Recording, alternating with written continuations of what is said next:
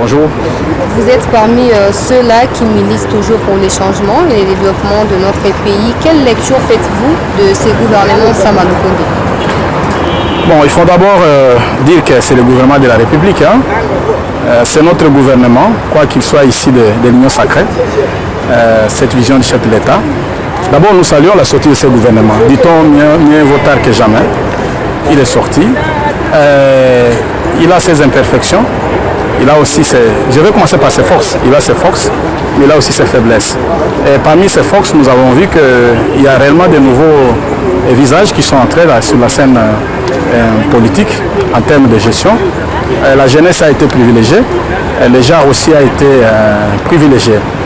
Mais nous notons quand même un certain déséquilibre sur le plan provincial. Donc vous savez que l'équilibre de la répartition des postes de l'État est une notion consacrée par la Constitution.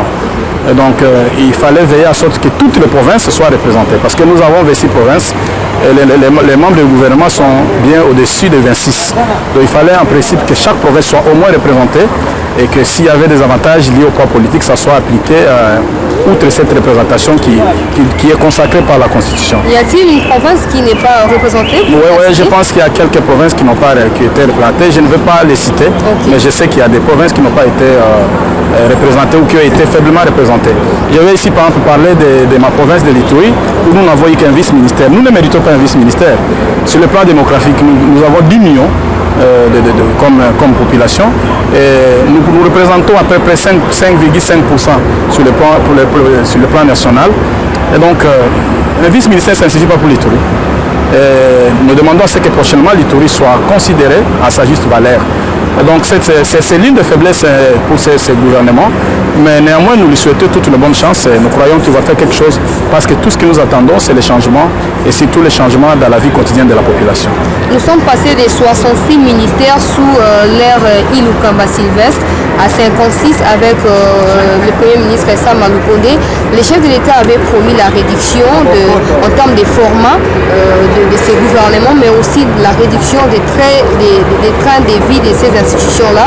Est-ce que le fait de réduire à 10 ministères signifie vraiment qu'il a réduit les formats du gouvernement? Bon, qu'il réduise à 2 ou à 3 ou à 10 comme il a fait, néanmoins il a réduit parce qu'il avait promis de réduire, il l'a réduit. Et nous sommes aussi de ceux-là qui pensent qu'il est inutile de multiplier les ministères. Autant mieux fusionner certains ministères et pourvu que l'efficacité soit là. Mais le problème se pose en termes des animateurs. Il faut des animateurs très compétents parce que dans le gouvernement, il faut de la technocratie. Au-delà de la répartition politique, il faut aussi tenir compte des compétences des gens. Et donc sur ce point-là, je crois que je ne lui reproche pas grand-chose. La taille du gouvernement a été réduite. Mais nous croyons que les ministères qui ont été fusionnés vont bien se retrouver là où ils ont été amenés. Donc je n'ai pas trop de choses à dire par rapport à ça. Certains parmi vous, les députés, également membres de l'Union sacrée, se plaignent de ne pas retrouver leur nom lors de la publication. Déjà, nous savons que vous êtes à 500 députés au sein de l'hémicycle et c'est quand même compliqué de voir 500 personnes dans des ministères. Est-ce que la répartition elle est mal faite? Il fallait privilégier quoi? Les combats de chacun en termes de députés personnellement ou tout simplement suivre la ligne de conduite de chacun des partis politiques qui ont proposé les listes au Premier ministre? Bon, d'abord, je ne fais pas partie de ceux qui se querellent de ça parce que je soutiens bien sûr les changements dans la République, mais pas nécessairement au sein de l'Union sacrée. Mais moi, je pense qu'il était aussi impossible que tout le monde puisse se retrouver, d'autant plus que il n'y a pas seulement les députés qui sont appelés à être au gouvernement, il y a aussi de nos députés qui sont capables de devenir membres du gouvernement. Notre constitution le permet. Moi, je pense qu'il était totalement impossible que toute personne se retrouve au sein du gouvernement.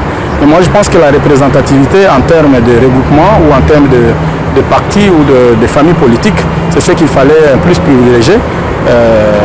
Au-delà de ce que j'ai déjà dit, bien sûr, par rapport aux provinces, pour éviter les frustrations. Mais moi, je crois qu'ils peuvent se retrouver dans leur famille politique pour arranger leurs différends au lieu de bloquer la République, parce que nous avons besoin que nous puissions avancer. Nous sommes restés longtemps sans gouvernement, et ces gouvernements, quelles que soient ses imperfections, nous avons besoin de les voir faire quelque chose pour le peuple. Voilà. Et donc ça, nous le disons sans état d'âme. Nous ne disons pas attaque Union sacrée, nous ne disons pas attaque FCC. Nous le disons comme députés qui se battent pour le bien-être du peuple. Combien de pourcents de réussite et combien de chances d'échec pour ce gouvernement? Non, je ne vais pas être prophète de malheur. Je vais tout simplement leur souhaiter la bonne chance, la réussite, et qu'ils travaillent pour le changement et qu'ils travaillent pour le bien-être du gouvernement. C'est notre gouvernement à tous, quoi que nous ne fassions pas partie de ça, et quoi que nous ne soyons pas peut-être de la famille politique de qu'elle soit ici, mais ils travaillent pour le bien de la République. Et ils sont là, non pas pour les familles politiques, ils sont là pour le peuple congolais qui doit bien servir à ces moments-ci. Dernière question, honorable, quels sont les défis qui attendent ces gouvernements et surtout comment s'y prendre?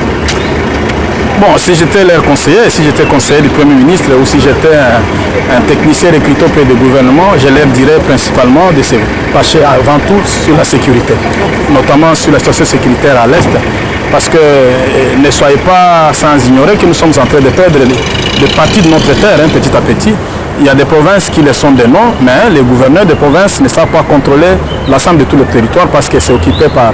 Certaines parties sont occupées par les groupes armés et totalement incontrôlables. Et donc moi je pense que la défense de cette intégrité territoriale, la remise de la sécurité, l'affirmation de l'autorité de l'État sur l'ensemble des l'étendue de la République, c'est pour moi le premier chantier.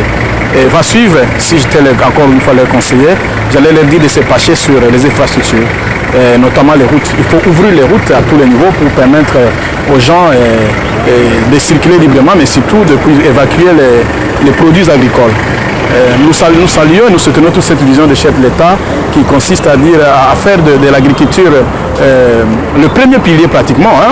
Il faut que l'agriculture prenne la place de la mine, parce qu'aujourd'hui notre économie est pratiquement monojambique, basée sur la mine et peut-être soutenue un peu par les recettes douanières.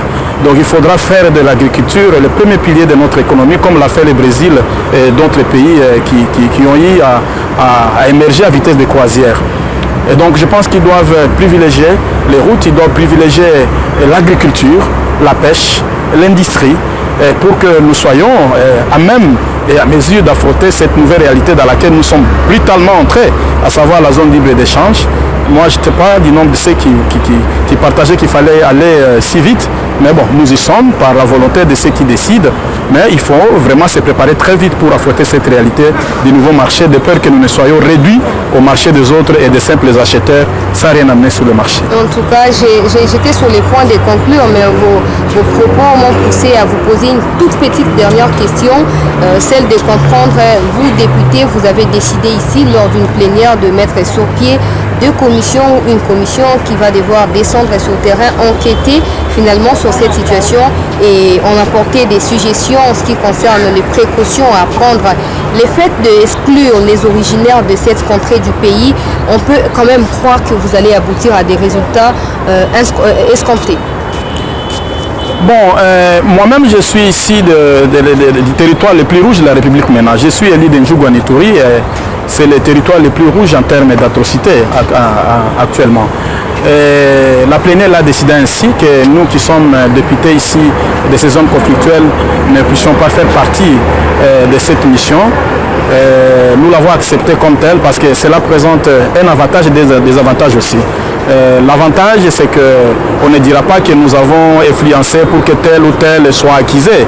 Dans les cas où il y a des complices, s'il y a un député qui est du coin qui va, on risque de dire que c'est tel qui nous a traités. Et donc il faut que cette commission elle soit libre.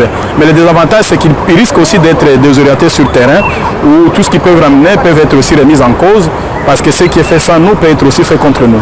Et donc je pense que de part et d'autre, il y a des avantages et des avantages. Mais je pense quand même qu'il fallait, même en termes de 10 ou 20%, que les originaires soient représentés dans ces commissions, mais que les limites de leur pouvoir soient circonscrites et limitées, au sein d'un petit règlement intérieur qui pourra gérer la commission en interne.